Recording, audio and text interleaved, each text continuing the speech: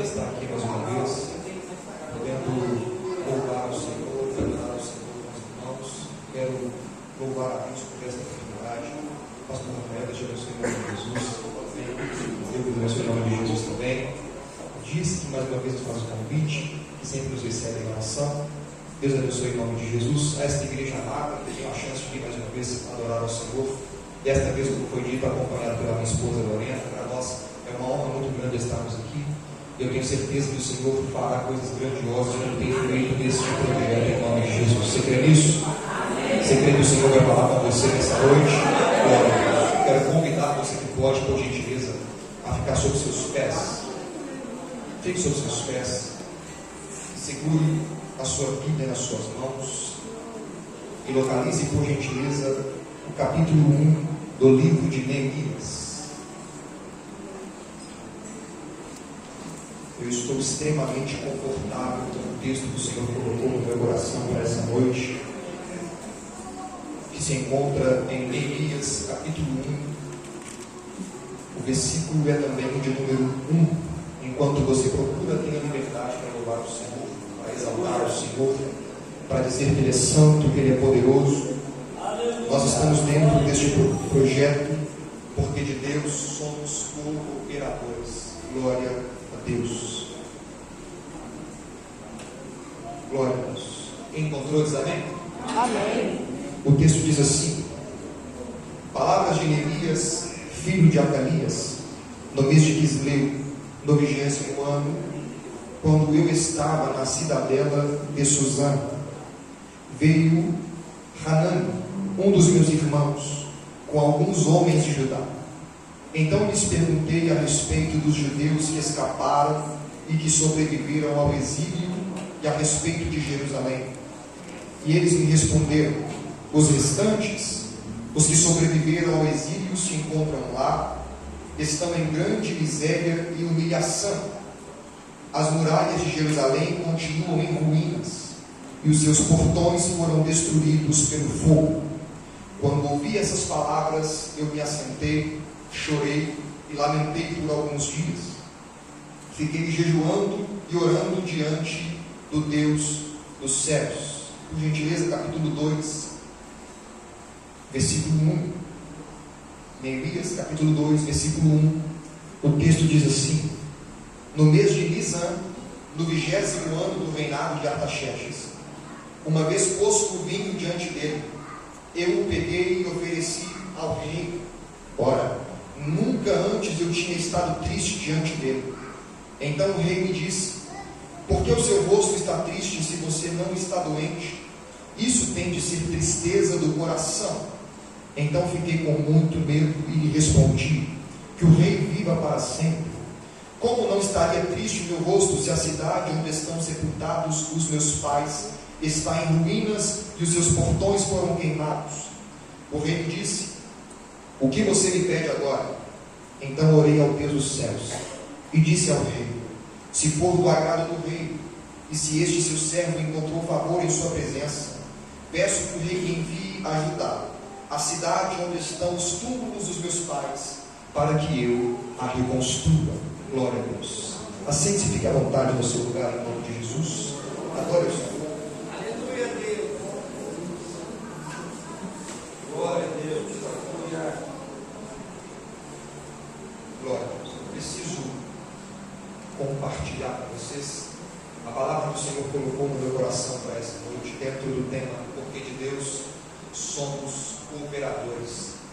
Todo mundo conhece a história deste homem chamado Neemias. Neemias é um texto fantástico, e o livro que leva o nome dele apresenta para nós os últimos acontecimentos do Antigo Testamento.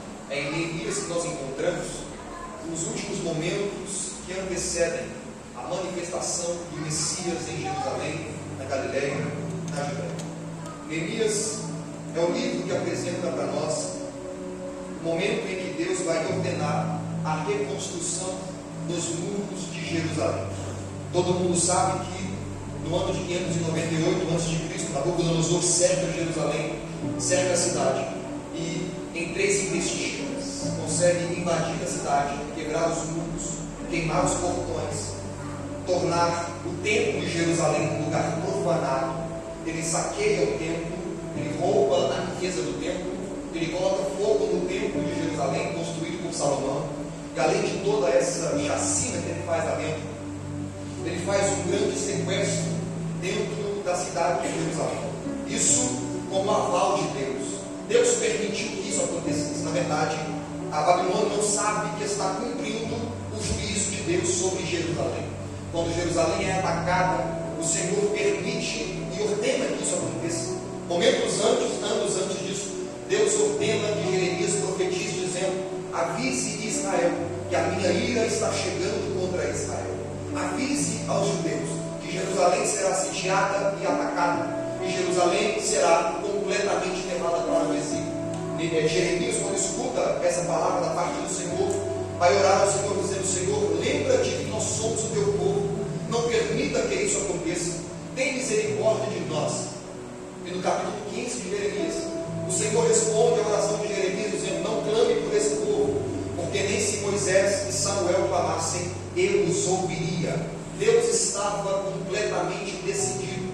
Jerusalém será atacada, Jerusalém será cercada, as pessoas que vivem ali serão levadas como escravos para viverem dentro de um exílio, ou seja, longe da sua terra natal. Lá terão que reconstruir sua vida, terão que servir à província e ao governo da Babilônia debaixo da autoridade de Nabucodonosor. Esse é o contexto histórico do exílio babilônico.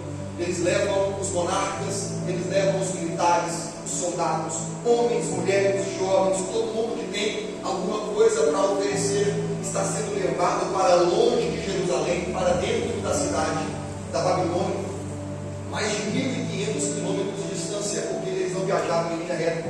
Portanto, o que está acontecendo aqui é simplesmente um sequestro em massa. E agora Israel terá que ver Jerusalém vivendo dentro do governo babilônico por um período de 70 anos naquele lugar, trabalhando e produzindo para que a Babilônia cresça. É nesse período de 70 anos que surge, por exemplo, a história de Daniel, de Sadraque, Mesaque, Abednego. É dentro desse período que surge a história de Ezequiel, que tem a visão do vale de ossos secos, aonde as pessoas no decorrer do 20, 70 anos vão dizer: nós não temos mais como voltar para Jerusalém, está esgotada a nossa esperança, nós morremos, estamos como ossos secos. A visão do vale é Deus dizendo: lembre para esse povo que eu tenho o poder de trazer vida outra vez.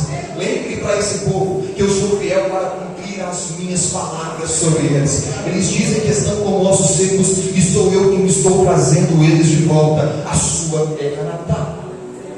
Jerusalém é esse lugar que foi sitiado e agora está dentro do cativeiro babilônico.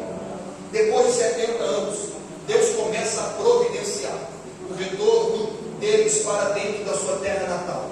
Muitos homens, mulheres, jovens, crianças que viveram ali agora têm a oportunidade de voltar para dentro de Jerusalém e reconstruir sua vida.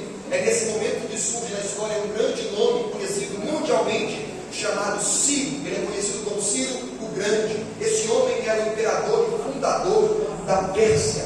Sendo assim, ele foi o homem que venceu a Babilônia e agora autoriza os judeus a voltarem para a sua terra natal. E em 3 levas, ou em 3 deportações, eles vão voltar. Primeiro, sob o governo de Zorobabel, que vai voltar a Jerusalém com muitos judeus e vai reconstruir o templo de Jerusalém. Depois, com Esdras, um escriba, ele vai voltar e pregar para o povo, e a fé será inflamada outra vez. E depois, Neemias voltará com mais um povo e vai, por fim, construir e reconstruir os muros de Jerusalém. É nesse momento da história que nós estamos.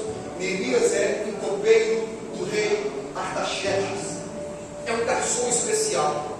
A Bíblia não diz qual é a sua idade.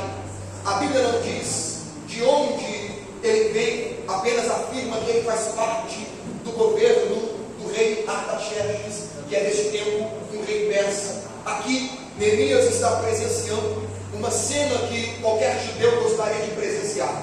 Neemias nunca esteve em Jerusalém, ele cresceu depois, ele nasceu depois do exílio. Neemias não conhece a terra de Jerusalém, ele não viu os muros destruídos, nunca visitou o templo onde o nome do Senhor era proclamado e que agora está em ruínas. Ele nunca viu os muros de Jerusalém que agora estão caídos, nunca viu os portões de bronze que cercavam a cidade, que agora foram destruídos. Neemias é o copeiro do rei. Aqui ele ocupa um cargo de extrema importância no governo do rei Artaxerxes. Aqui, sendo copeiro do rei, ele é responsável por experimentar todo o alimento que o rei vai comer, porque se o rei fosse envenenado, antes do rei morreria aquele que experimenta. É um cargo de confiança, é um cargo de apreço. Portanto, sendo um cargo de confiança, Neemias ocupa um bom lugar. Ele está num ambiente confortável, dentro de um palácio, comendo do bom e do melhor. Está seguro porque a guarda real protege ele também. Ele é um homem que está completamente estável, tem muito dinheiro, porque a Bíblia diz futuramente que ele vai sustentar muitos dos homens que levou para dentro da cidade a fim de reconstruir a cidade de Jerusalém. Portanto, é um homem que está em paz, seguro, tranquilo, estabilizado, vivendo a sua vida conforme a sua vida permite que ele viva. Porém, num dia, a Bíblia diz que chega uma comitiva de pessoas que estão vindo lá de Jerusalém, cidade que foi destruída, e chegando dentro daquela região, a Bíblia diz que esses homens se aproximam de Neemias e diz: Neemias, péssimas notícias para você. A cidade dos nossos pais, que nós não vimos, mas que os nossos pais presenciaram, a nossa cidade, a cidade dos antepassados, a cidade de Deus, permanece destruída. O nosso povo continua sendo humilhado. O nome de Deus continua sendo um nome envergonhado na boca do nosso povo, porque os outros povos olham para Jerusalém e pensam: aonde está o Deus de Abraão? Aonde está o Deus de Moisés? Aonde está o Deus do grande rei chamado Davi? Se Deus é Deus em Jerusalém, aonde Ele está que não permite Jerusalém ser levantada com sucesso? Neemias, o nosso povo está aflito, não há saída para o nosso povo. Os que ficaram lá continuam em miséria e humilhação. Muitos já subiram, mas não conseguiram levantar a Jerusalém, não conseguiram reconstruir os muros, e agora o povo continua sofrendo diante daquela circunstância.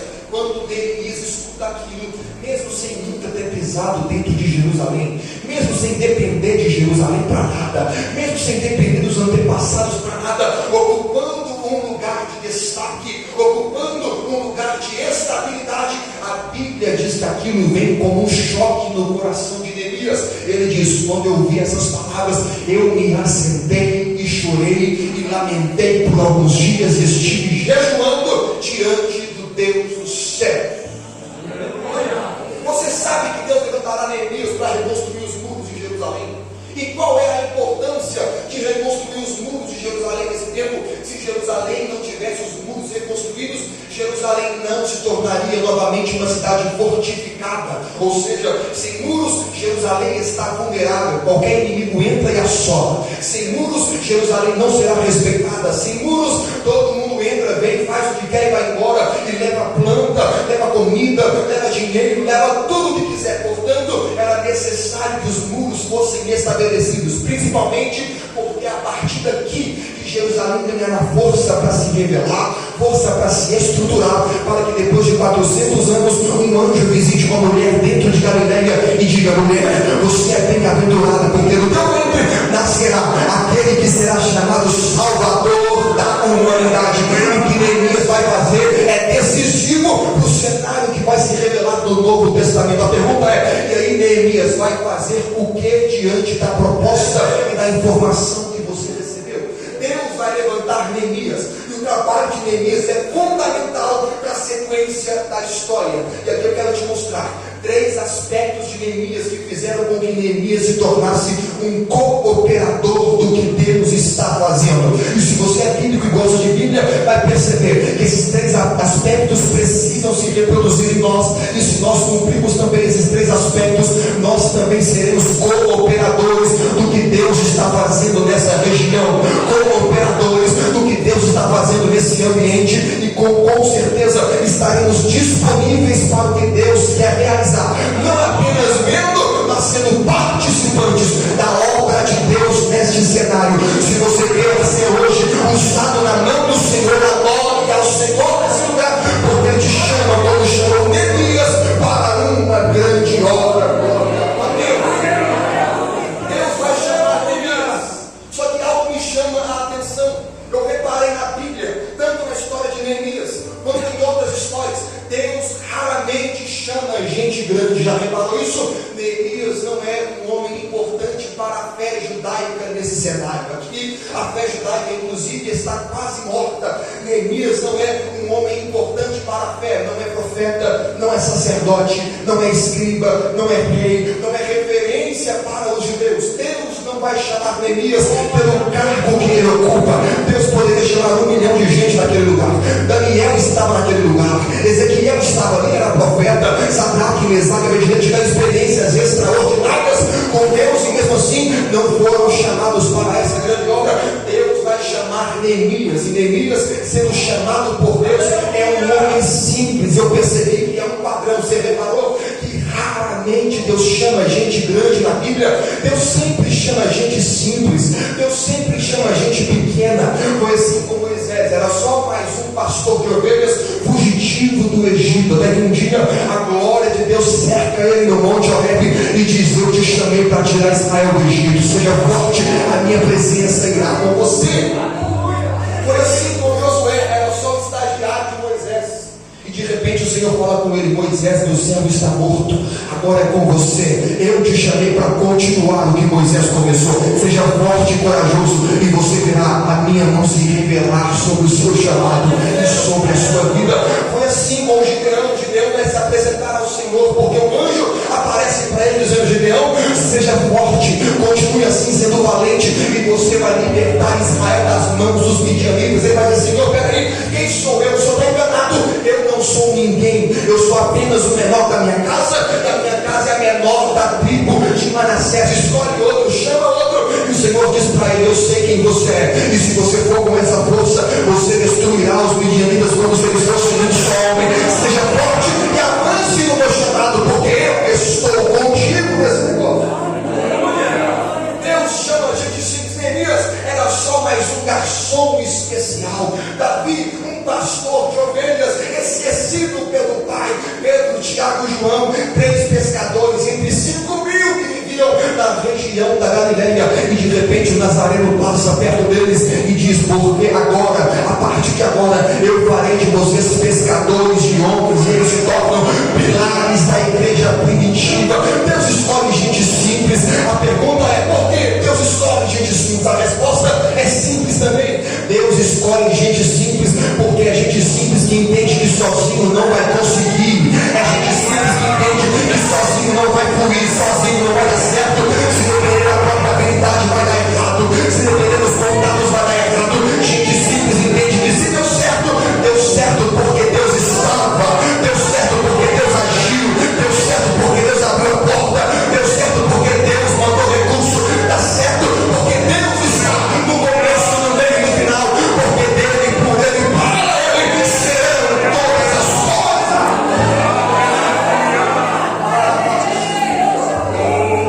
Deus chama a gente simples, Deus chama a gente pequena, Deus chama a gente comum, com trabalho comum, com rotina comum, num dia normal, com nome simples. Deus chama a gente simples. E talvez você está aqui hoje pensando: não, um dia Deus levanta um pregador, um dia Deus levanta um ministro, um dia Deus levanta um profeta, um dia Deus vai usar o pastor, vai usar o líder, vai usar a irmã. Enquanto isso, Deus está vendo você aqui e agora, simples, comum, com uma rotina normal, pensando no trabalho de amanhã. Enquanto você pensa que amanhã Deus está te chamando hoje para essa grande obra, e diz: se você não se levantar, o muro não ficará de pé. Desponte, seja usado na mão do Senhor e corresponda à vocação de Deus, porque mesmo sendo simples, o nosso Deus é extraordinário para nos usar em nossa geração. Deus usa gente simples. Se Deus usar gente simples, gente comum, pessoas normais, a glória será só para Ele, a honra será só dele, a glória será sempre para o nome dele. Enquanto isso, muitas pessoas têm se esquivado do chamado, estão dizendo: não, o Senhor levantará outros cooperadores. Escute o que eu vou lhe dizer. Paulo, quando afirma isso, está nos ensinando que nós somos cooperadores de Deus, ou seja, a obra não é nossa, a obra é dele. Ela vai acontecer com você agindo ou não, com você contribuindo ou não. A obra vai acontecer. A oração de Abacuque é: ó Senhor, aviva a tua obra no meio dos anos. No meio dos anos faz ela ser notificada. lembra-te da tua misericórdia. Olha para cá, o rei da época de Abacuque está desviado, os profetas se venderam. Ele não ora dizendo: Senhor, aviva o rei. Ele não ora dizendo: Senhor, aviva o profeta, aviva o sacerdote. Não, o que ele ora é: Senhor, aviva a obra. Se a obra for avivada, ela vai acontecer com o rei ou sem rei, com o profeta ou sem profeta. Se o rei quiser, ele se aproxime, a obra vai acontecer, porque Deus está no meio dela. Aleluia! Corresponda. Seja usado por Deus para esse tempo. Busque mais ao Senhor. Permita que a vontade de Deus permaneça sobre a sua. Não se esquive, não fuja. Assim como Moisés disse: Senhor, levanta outro. E Deus diz: não faça isso, não ore assim. A ira do Senhor se acendeu contra ele. Jeremias era só uma criança e disse: Senhor, escolhe outro. Eu não sei falar, sou apenas uma criança. E Deus disse: não vou escolher outro. E sou eu quem colocará a tua palavra na tua boca. A minha palavra estará em ti. Eu te levantarei. E onde eu te mandar, você irá. Onde eu te colocar, você irá. Deus está nos ensinando. Nós somos simples, mas nosso Deus é poderoso. Nós somos pequenos, mas nós temos um Deus que é grande.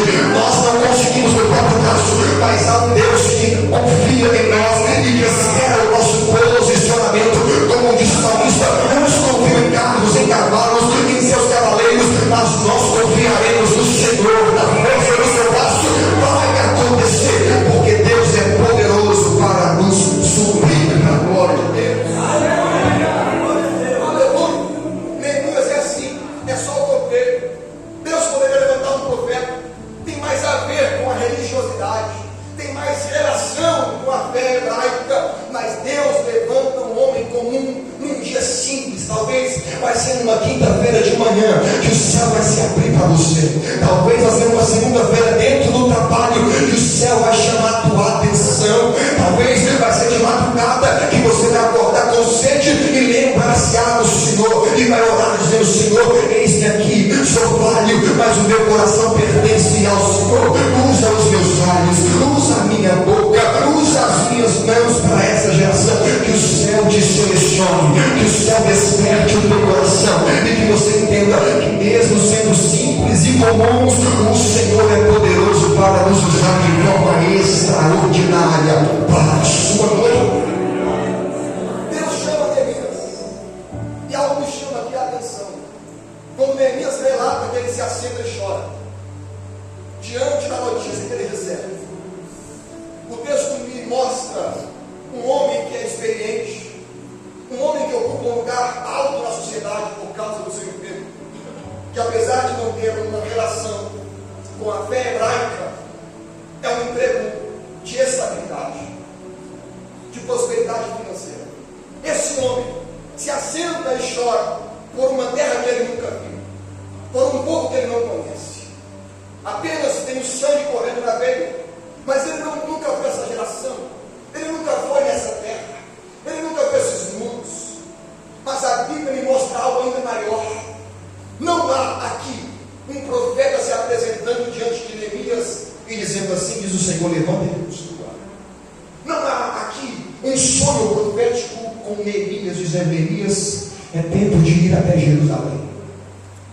Muitas vezes na Bíblia nós encontramos Deus falando diretamente, precisamente, abertamente com aqueles a quem ele chama. Eu repito, Moisés na sarça, a glória de Deus se revela para ele de forma teofânica, e a presença de Deus está ali, o vocacionando. Novamente com Gideão, o anjo do Senhor se apresenta e fala: Gideão, eu te escolhi para isso. Deus faz isso com muitas pessoas várias vezes. Deus se revela de forma poderosa para muitos, mas não é só assim que Deus se revela. No caso de Neemias, ninguém chegou apontando o dedo dizendo: é quem Deus está te mandando fazer. No caso de Neemias, não teve um sonho, um anjo não visitou, não há uma experiência espiritual ou mística.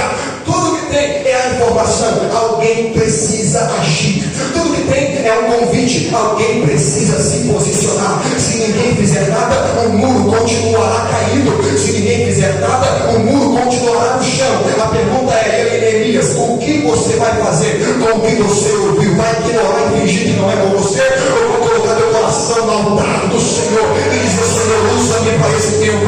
Você não precisa esperar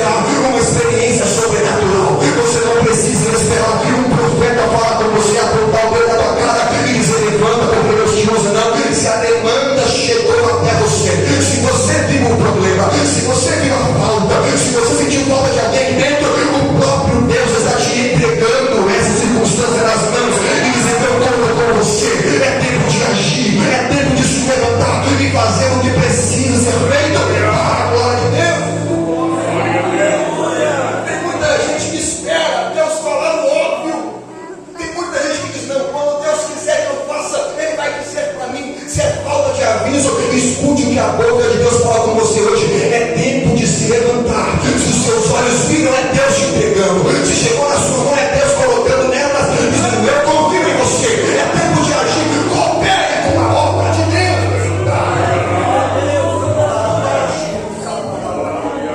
Você vai esperar mesmo ter um sono profético para contribuir na oração? Você vai esperar mesmo alguém dizer assim do Senhor para você, para que você venha na escola bíblica dominical? Não, quando Deus quiser que eu faça visita, Ele vai me despertar. Quando Deus quiser que eu trabalhe no evangelismo, Ele vai me chamar para a obra. Deus está te chamando hoje. Você veio nesse culto hoje, meu operador? Você está aqui? Você quer receber de Deus direção? Você quer receber de Deus uma vocação? Deus está dizendo: se os seus olhos viram, se os seus ouvidos ouviram, se você sentiu falta de alguém aqui, se você está vendo que existe algum departamento que precisa de ajuda, se você vê, Deus está te entregando e está dizendo para você: eu quero que você se responsabilize, eu quero que você assuma a responsabilidade, eu quero que o zelo da obra te consuma, que Deus não precise se revelar totalmente para que você seja despertado, que a palavra dele te provoque, que a palavra dele te chame a atenção e te coloque em movimento outra vez, e te coloque de joelhos outra vez, e te traga para o templo mais uma vez, que a palavra faça o que os profetas não conseguem fazer. Deus quer te chamar para este tempo. Aleluia, aleluia. Neemias entende que o fato da demanda chegar é suficiente. Ele disse: alguém precisa fazer, alguém precisa agir. Hananias estava lá e trouxe notícia, e não disse: Neemias, ajuda a gente. Não, Neemias nem esperou ele dizer: ele ajuda a gente.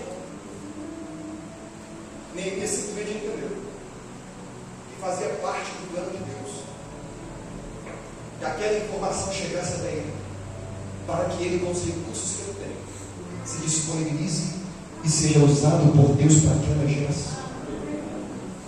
Talvez chegou até você a informação de que alguém está enfermo.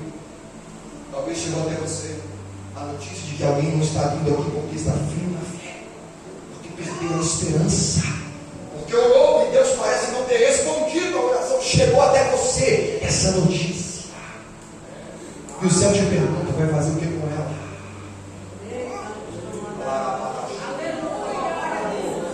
Você vai esperar o pastor se levantar? Mas não foi o pastor que ouviu, foi você. Você vai esperar alguém te vocacionar para a obra? Você já foi vocacionado com o Espírito Santo de Deus. O fogo do Espírito já acendeu o altar do seu coração. Você vai esperar o quê? Alguém te pedir ajuda e implorar para a manifestação? Seja usado por Deus para esse tempo e torne os seus talentos disponíveis para a glória de Deus. Que haja em nós hoje a mesma sensação, o mesmo sentimento, o mesmo comportamento que houve em Cristo, que mesmo sendo Deus não teve por usurpação o fato de ser igual a Deus antes, se humilhou, se entregou, se humilhou até a morte de cruz. Que haja em nós essa mesma unção, esse mesmo Espírito que nos faz nos mover, que nos faz ir atrás do que precisa ser feito. Que seja você hoje aquele que vai dizer: eu vou me posicionar, Senhor, pode contar comigo para essa obra. Eu não tive sonho, um anjo não me visitou, um profeta não profetizou para mim. Isso é bom quando acontece, mas se não acontecer, a voz de Deus está te chamando, a voz de Deus está te revelando, a voz de Deus está te provocando. Corresponda à voz de Deus hoje. Ouvir a voz do Senhor teu Deus. Não endureça, não resista, não finge que não é com você. Deus conta com você. O Senhor despertou teu coração e está dizendo: eu quero usar as suas mãos para manifestar a minha presença dentro desta geração. Ele é um homem simples. A demanda chega até ele. Eu me assentei, chorei, lamentei por uns dias e orei a Deus dos céus. A oração dele é assim: Senhor, esse povo tem que se lembrar da sua aliança. Senhor, perdoa porque contra ti. Ele nem está se referindo a ele, está se referindo à geração que permitiu que aquilo acontecesse. E está assumindo aquele compromisso como se fosse Deus. Deixa eu te contar uma coisa. Você sabe por que na Bíblia ninguém diz assim: Senhor, me faz de mim um profeta? Não há na Bíblia ninguém orando e dizendo: Senhor, faz de mim um profeta. Já reparou? Muito pelo contrário. Geralmente quem é profeta quer deixar de ser. Porque sofre, porque apanha, porque vê o que ninguém quer ver, escuta o que ninguém quer escutar. Jeremias é conhecido como profeta chorão. Muita gente ora querendo ser rei, sacerdote, quer participar do ministério dos levitas, mas ninguém ora dizendo: Senhor, faz de mim profeta para esse tempo. O que te lembra? É porque para o profeta Deus conta os segredos do seu coração. Deus compartilha as suas dores. Deus compartilha seus sentimentos.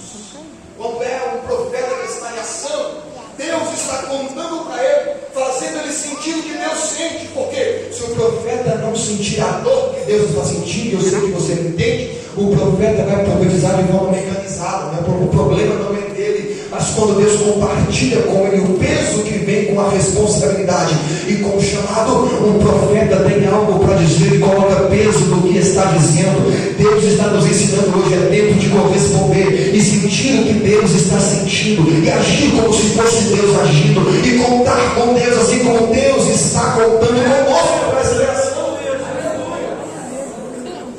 Gente simples, aleluia, gente que não espera um mover sobrenatural, mas que causa um mover sobrenatural. Enquanto você espera Deus agir, Deus está esperando você agir. Quando Isaías entra naquela visão do templo onde ele vê o trono do Senhor e o Senhor assentado sobre o trono, há uma dúvida do coração dele. A dúvida que ele tem é essa: o rei Uzias está morto, o que Deus vai fazer agora? E ele vê o trono do Senhor assentado no alto e sublime trono. Ele vê os anjos voando para lá e para cá. Os anjos como se dissessem: Senhor, nós estamos aqui à sua disposição, envia-nos. Ele vê aquilo tudo, de repente ele confessa o seu pecado e um anjo toca nos seus lábios e diz: o teu pecado foi purificado, a tua culpa está removida. Depois disso, o Senhor pergunta: a quem enviarei? Quem há de ir por nós? Sabe que pergunta é essa? Deus não precisaria fazer essa pergunta, porque os anjos estavam ali praticamente dizendo: Senhor, nos envia. Mas quando Deus faz a pergunta, Deus está dizendo para Isaías: você vai fazer o que com o que você está vendo? O que você vai fazer com a visão que você teve? Vai ser você ou vou precisar levantar outro para cooperar na minha obra? Vai ser você que viu, que ouviu, que recebeu, que foi tocado? Ou vou precisar contar com mais alguém? A pergunta que Isaías fazia era: Senhor, o que o Senhor vai fazer, já que o rei está morto e não há mais quem governe? E agora Deus repete a pergunta para ele, dizendo: e agora, e você? O que você vai fazer com o que você viu aqui do lado de cima? Deus espera que você se posicione. Deus espera que você volte para o cônjuge de oração e ali ouça a voz de Deus para esse tempo. Neemias se levanta depois de orar. O primeiro mês que ele cita é o mês que corresponde a novembro ou dezembro no nosso calendário. De repente ele cita uma nova data que corresponde a abril, mais ou menos, que é quando ele vai servir o vinho para o rei, no capítulo 2. Ele diz: eu fui servir vinho ao rei como era costume, meu emprego, meu trabalho, e de repente o rei olha para o meu semblante. 4 meses desde a notícia, e o rei olha para mim e percebe que o meu coração está doente, está triste. Ele pergunta: o que é que você tem? Você não está enfermo? Isso deve ser uma dor de alma, deve ser uma angústia interna. Conta para mim o que você tem que te entristecer. E Neemias responde: como é que eu poderia ficar feliz, ó? Se a casa, a terra dos meus pais está desolada? O rei pergunta: o que você quer que eu faça? Ele diz: eu orei ao Deus dos céus, e a boa mão do meu Deus estava sobre mim. Eu falei com o rei: me envie, mas não me envie sozinho, mande uma escolta, me permita levar alguns trabalhadores. Mande recursos para que a gente consiga reconstruir os muros e a cidade dos meus antepassados. O rei concedeu. Combinaram uma data de ida e volta. O rei concedeu não apenas a sua passagem, mas também os recursos para que a terra fosse reconstruída. No capítulo 6, enquanto eles estão construindo e levantando os muros, a Bíblia diz que os inimigos começam a se levantar. Na hora que ficam sabendo que havia alguém interessado no bem de Jerusalém, começaram a ficar incomodados. Por quê? Porque o inimigo sabe que quando Jerusalém se levanta é porque Deus é quem está levantando ela. A Bíblia ensina que os inimigos ficaram agitados e tentaram de toda forma atrapalhar, de toda forma destruir, impedir a construção, de forma que os trabalhadores precisaram trabalhar com uma das mãos e com a outra segurar a espada para proteger a própria vida e proteger o trabalho que estava edificando. De repente entram duas figuras na cena: Sanbalate e Tobias e alguns outros. Capítulo 6 diz que Neemias fala assim: quando eles souberam que eu havia construído tudo, com exceção das portas, quando viram que não havia mais brecha nenhuma aberta, depois de muito empenho, muito trabalho, eles viram que as suas investidas contra nós não funcionaram. Então mudaram o plano, tentaram me chamar a atenção, mandaram um mensageiro dizendo: Neemias, Sanbalate e Tobias querem conversar com você, reúna-se com ele no campo X, e ali vocês estarão diante de uma conversa e vão poder conversar. Ele fez isso uma vez, duas vezes, três vezes, era insistente, 4 vezes, e de repente em todas elas Neemias disse: não posso descer, eu estou envolvido com uma grande obra, eu não vim de longe para me distrair aqui, eu vou concluir o que eu comecei. Ninguém vai me atrapalhar, ninguém vai impedir o Senhor de me usar para esse tempo. Se a primeira característica é que Neemias era um homem simples, se a segunda é que ele não experimentou ou não esperou uma experiência sobrenatural, a terceira é que Neemias não se distraiu com aquilo que o inimigo estava colocando diante dele. Ouça o que eu vou dizer: o inimigo tentará te destruir, mas quando ele não conseguir destruir você, ele vai tentar te distrair, vai tentar te tirar do plano, do foco, vai tentar te arrastar para longe, e aos poucos, sorrateiramente, você vai se distanciando do propósito para o qual foi chamado e se disponibilizou. Mas hoje o Senhor fala olhando nos seus olhos com voz de autoridade, dizendo: examine, verifique e identifique quais são as suas distrações e mate elas. Não negocie com aquilo que distrai você, não negocie com aquilo que arranca a tua atenção. Continue o trabalho, permaneça firme e constante e sempre abundante, sabendo que no Senhor o seu trabalho não é vão. Deus vai recompensar a força das suas mãos, diz o Senhor.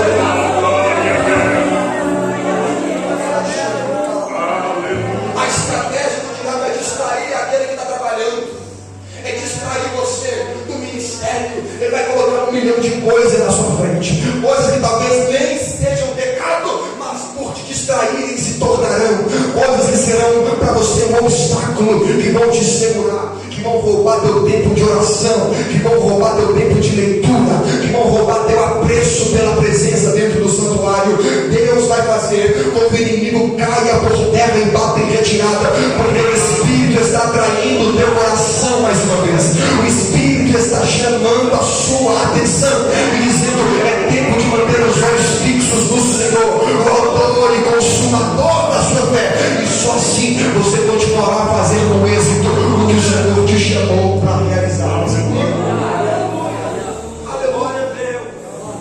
Quantas pessoas você conhece na Bíblia que perderam suas batalhas não porque pecaram em coisas grandes, mas porque negociaram com os seus limites?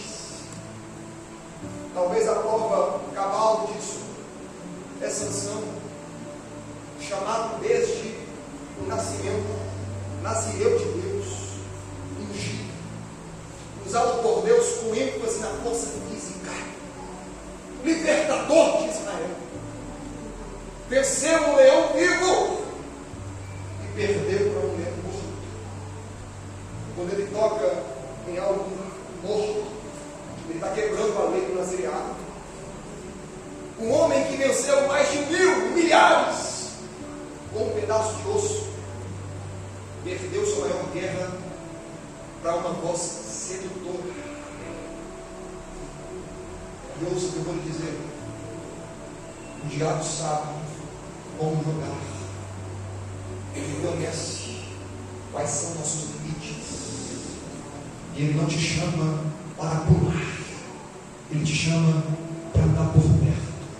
Uma hora ele encontrará uma brecha, uma hora ele terá uma falha, uma hora ele vai amaciar a voz, vai tentar se aproximar para te conquistar de forma sorrateira e contínua.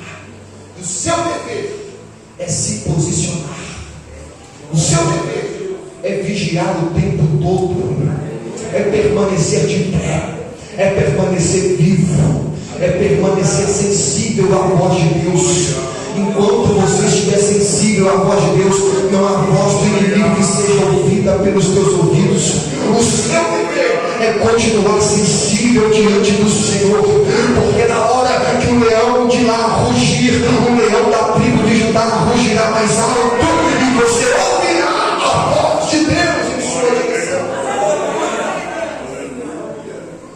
Mate suas distrações, não brinque com elas. Não pense que você é mais forte do que parece, porque você não é. A resposta de Neemias foi categórica: eu não vou. Tentaram de novo: eu não vou.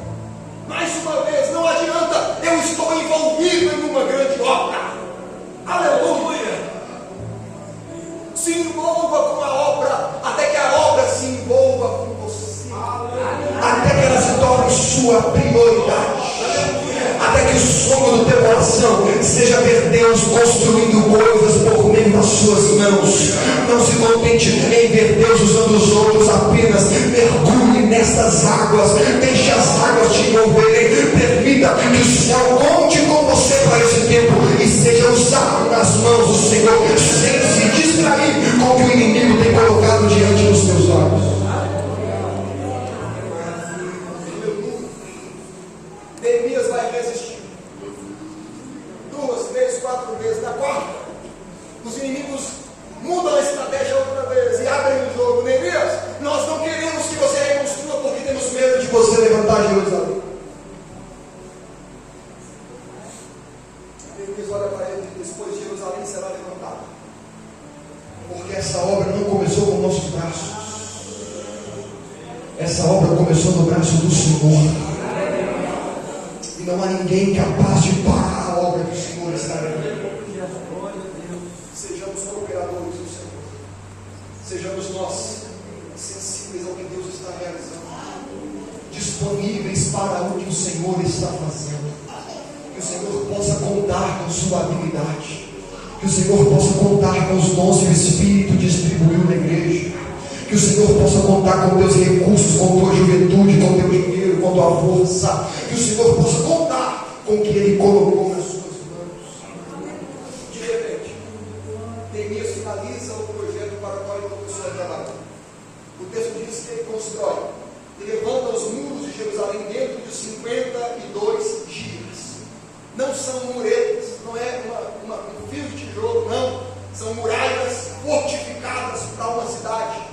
Em 52 dias de trabalho, eu pesquisei muito e percebi que esse tipo de trabalho levava meses, talvez anos, para ser executado, sobretudo com mão de obra poderosa, habilidosa, específica nessa área. Porém, o que temos aqui é um monte de homens que saem de um lugar e vai para outro, a fim de levantar uma muralha forte que possa defender Jerusalém. E dentro de 52 dias, 52 dias, menos de 2 meses, aqueles muros foram levantados. Perguntaram para Neemias: qual é o segredo da vitória e do sucesso desse muro? Ele responde: eu consegui, não porque sou bom, habilidoso, não, eu consegui porque a boa mão do meu Deus estava sobre nós. A mão do Senhor nos encorajou, a mão do Senhor nos fortaleceu, o Senhor nos guiou nesse projeto para agora.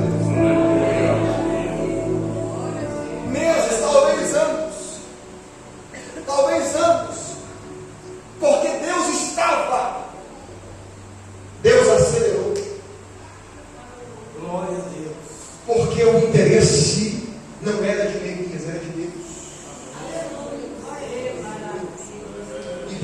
interesse é de Deus e é seu. Deus fez em 52 dias o que levaria anos para acontecer. Ouça o que eu vou lhe dizer. Deus é poderoso para fazer em 2 meses o que você não viveu dentro de 10 anos. Aleluia! Deus tem poder para fazer você viver em 2 meses o que você não viveu a vida inteira. O Senhor está despertando no teu coração e dizendo: você se esqueceu da palavra, mas eu não me esqueci. Você se esqueceu da promessa, mas eu continuo fiel para cumpri-la. Você se esqueceu e abandonou o lugar da oração, mas eu continuo fiel para cumprir. Eu fui corajoso para prometer e sou fiel para cumprir a palavra. Deus não é homem para que minta, nem filho do homem para se arrepender. Se Deus te garantiu, tranquilize o teu coração. Deus ainda pode fazer. Muitas vezes nós ficamos pensando: Senhor, o tempo está passando e nada está acontecendo. Já foi 1 ano, 2 anos, 5 anos, 10 anos, eu estou aguardando o cumprimento. Enquanto isso, Deus está te preparando para que na hora certa você viva em 2 meses o que não aconteceu a vida inteira. Deus vai surpreender a sua história neste tempo e você verá que a boa mão do Senhor ainda está sobre você nesse lugar. Aleluia. Diga glória a Deus nesse lugar. A boa mão do Senhor acelerará os processos. A boa mão do Senhor cumprirá a promessa. A boa mão do Senhor vai dar estrutura para essa muralha. A boa mão do Senhor vai te encorajar. A boa mão do Senhor vai te defender dos seus inimigos. A boa mão do Senhor. E no fim só vai restar uma afirmação: deu certo, porque a boa mão do Senhor estava sobre mim. Foi a boa mão do Senhor que abriu a porta. Foi a boa mão do Senhor que alcançou o teu familiar. A boa mão do Senhor ungiu a tua cabeça, te consagrou para ser chamado e te separou para ser cooperador desta grande obra que Deus está realizando. Aleluia. A boa mão do Senhor. A boa mão do Senhor. Graças a Deus. Os muros ficaram de pé. Israel voltou para Jerusalém. O templo foi levantado de repente. As pessoas viram que, apesar de tudo estar no lugar, não chega perto de como era ainda nos templos de Salomão. Claro, estão vindo de um cativeiro, estão se levantando. Alguém vai dizer: será que Deus vai agir dentro deste templo levantado por Zorobabel?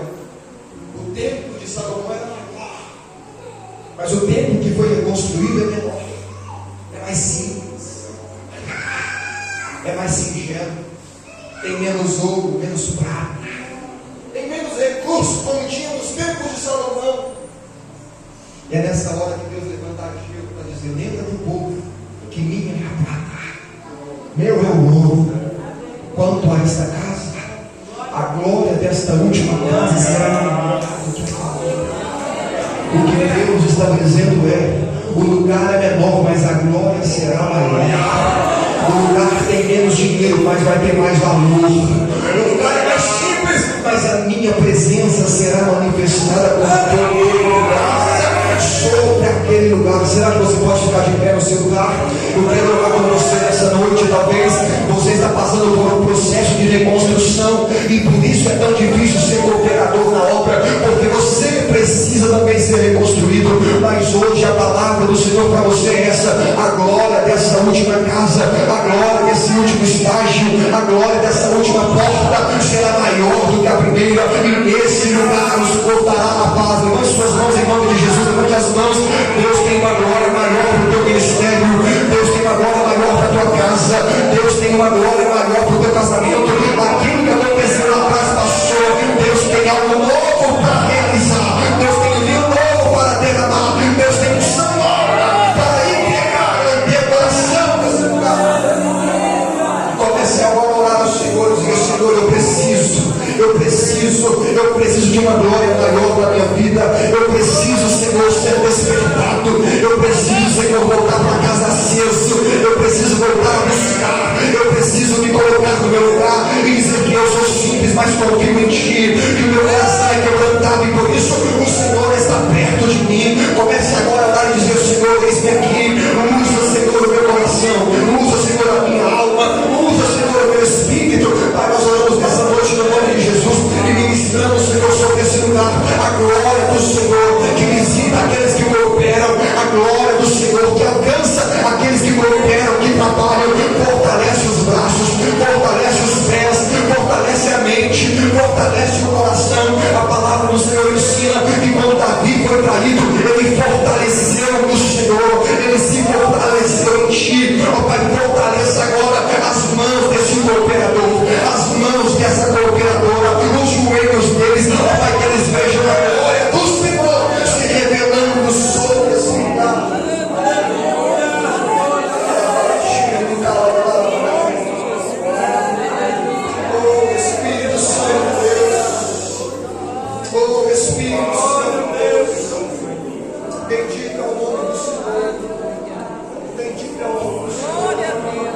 Bendito é o nome do Senhor. Bendito é o nome do Senhor. Bendito é o nome do Senhor. Que o Senhor fortaleça o teu coração. Que o Senhor aguce sua visão e sua audição espiritual. Que o Senhor te dê coragem para dizer não. Para que você não seja tentado e caia nas provações do inimigo. Que você não negocie princípios. Que você continue envolvido numa grande obra.